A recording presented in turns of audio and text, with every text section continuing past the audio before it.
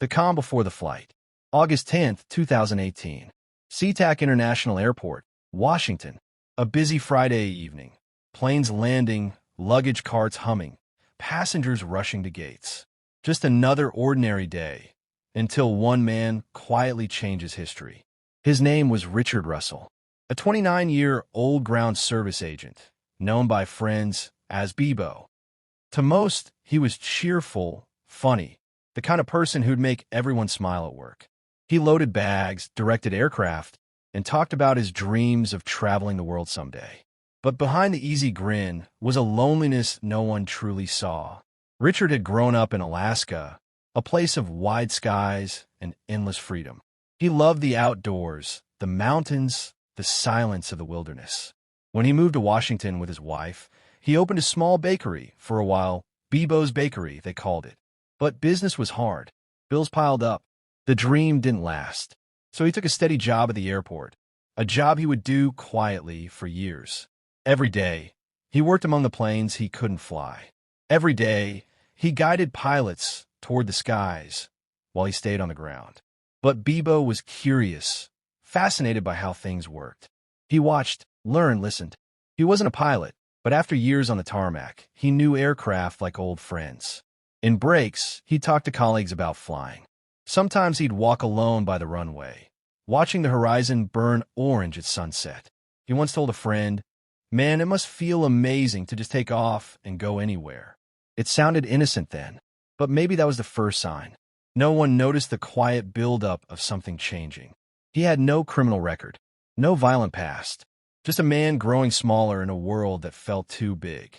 He'd record short videos on his phone, trips with his wife, jokes at work, thoughts about life. You can hear his warmth in those clips. And yet, you can feel something else too, a heaviness. For months, coworkers said he seemed tired, distant. He'd smile, but it didn't reach his eyes anymore. He never complained. He never asked for help. He just kept showing up. Same uniform, same shift, same routine. On that Friday afternoon, the sky was clear over Seattle. Planes rose like silver birds into the distance. And somewhere near the cargo bay, Richard Russell was walking slowly toward a plane, a Bombardier Q400, parked at the far end of the tarmac. Nobody paid attention. He had clearance to be there. He was just Beebo, the bag handler, the nice guy who always helped others. But inside, something had shifted.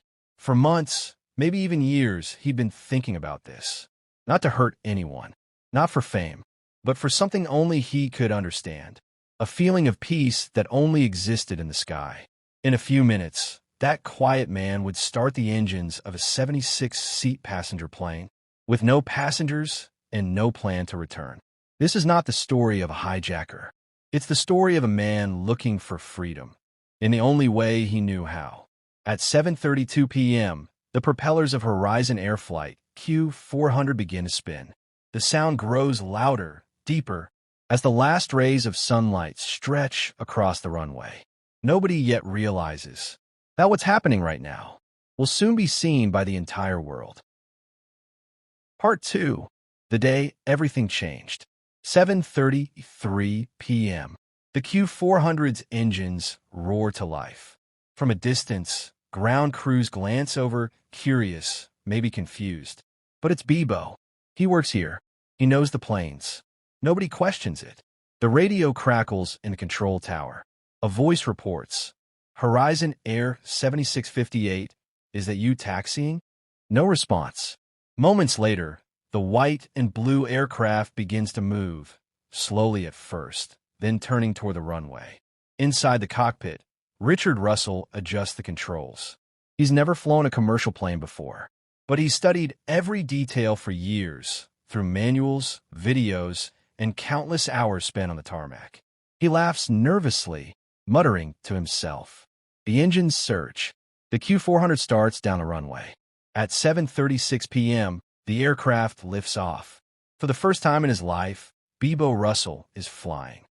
Control towers across Seattle go silent for a moment, disbelief spreading like shockwaves.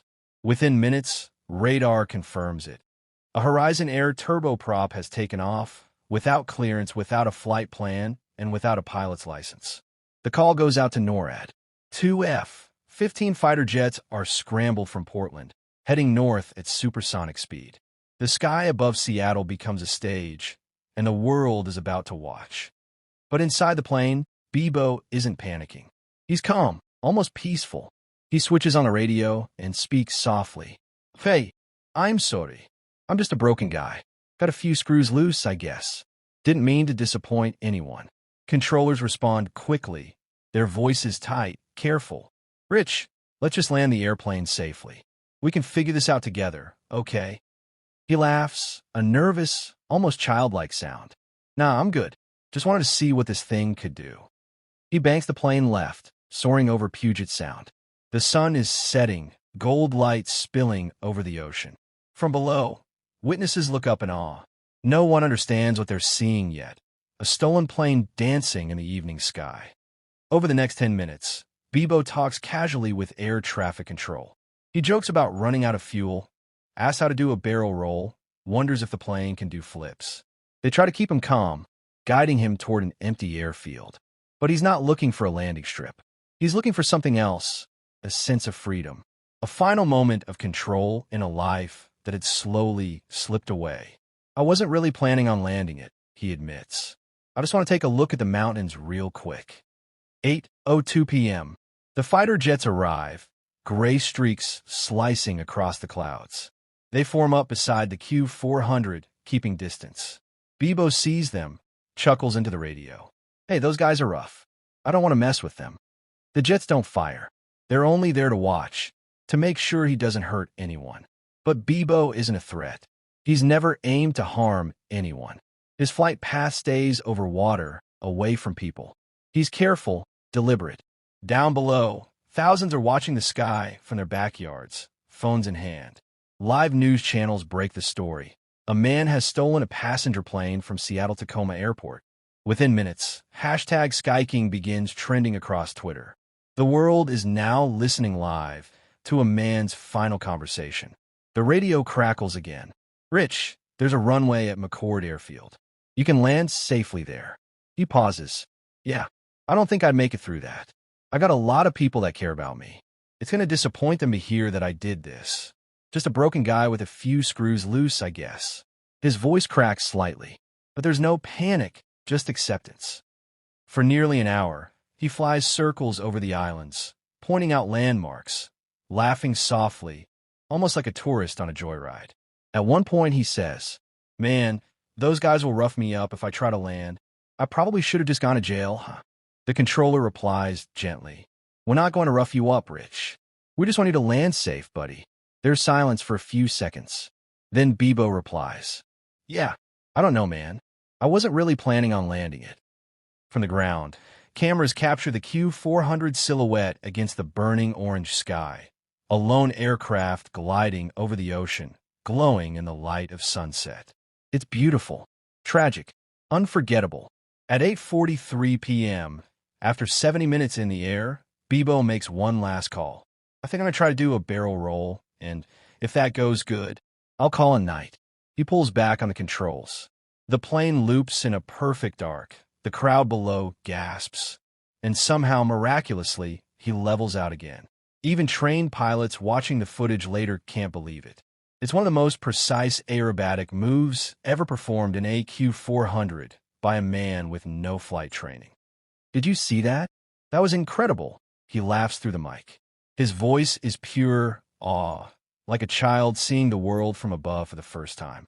Then, a few moments later, his tone changes. Quieter, softer, almost at peace. "Hey, I think I'm going to call a night now." Part 3, the final flight. The sky over Puget Sound has turned deep blue. The sun has slipped behind the horizon, leaving a faint orange glow. Far below, city lights begin to flicker on, unaware that somewhere above, a man is writing his final chapter in the air. The engines hum softly.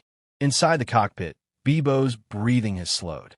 He's calm now, no panic, no fear. Just a quiet acceptance that his time is ending. The radio stays open. Controllers still try to reach him. "Rich, you've been flying so well. You can land this thing, buddy.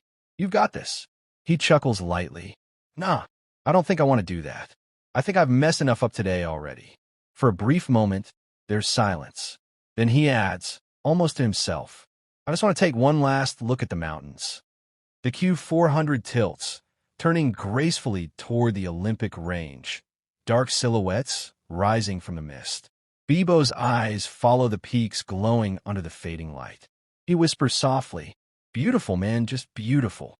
It's peaceful, tragic, and somehow deeply human. Down below, the fighter pilots trail him at a distance. They report. The subject appears calm, still airborne, maintaining altitude. They know what's coming. Everyone does. In the control tower, one of the operators, his voice breaking slightly, says, Rich, think about your family, man. There's still time to land. There's a pause. Then Beebo replies quietly, I'm kind of hoping this is all just a dream, you know? The plane banks again, making one last circle over the small, uninhabited island of Ketron. His voice comes over the radio one final time. Hey, I appreciate you guys. I really do. You've been super kind. I think I'm going to try to put this bird down in a flat area. The line goes silent. 8:46 p.m. The plane descends sharply, engines screaming through the night air. Then, a flash of light, a sound that echoes across the water. The Q400 disappears into the trees. No one else is hurt. Just one man, Richard Beebo Russell, who chose the sky as his final escape. For a moment, the world goes still. Then, within minutes, the news breaks. A Horizon Air employee has crashed a stolen aircraft near Tacoma, Washington. But for the millions who listened to his voice that night, he wasn't a criminal. He was something else entirely, a man overwhelmed by life, yet desperate to feel free, even for an hour. In the days that followed, the world learned who he really was. A kind, funny, soft-spoken man. A ground service agent who made everyone laugh. He wasn't violent. He wasn't angry. He was just lost. And somehow, that 1 hour in the sky, his final flight, became something people would never forget. They called him Sky King, not because he ruled the skies, but because, for a few brief moments, he reminded the world what it means to be human, to be broken, to be brave, to chase a dream, even when there's no way back down. In memory of Richard Beebo Russell, August 10th, 2018, the man who flew into the sunset and became a legend of the sky. Sometimes, history doesn't remember those who changed the world. Sometimes it remembers those who simply felt too much of it. Richard Beebo Russell never wanted fame. He never wanted chaos. He just wanted peace. And for one brief hour above the clouds, he finally found it. His story isn't about crime. It's about emotion, about how quiet pain can live inside even the happiest faces, and how freedom sometimes comes at the highest price. Tonight, the world remembers him not for the plane he stole, but for the flight he took. A flight that said, even broken wings can touch the sky. If this story moved you, don't forget to subscribe to Curative, where every story uncovers the truth hidden behind headlines. Stories of courage, mystery, and the human spirit. Because sometimes the most unforgettable stories aren't fiction,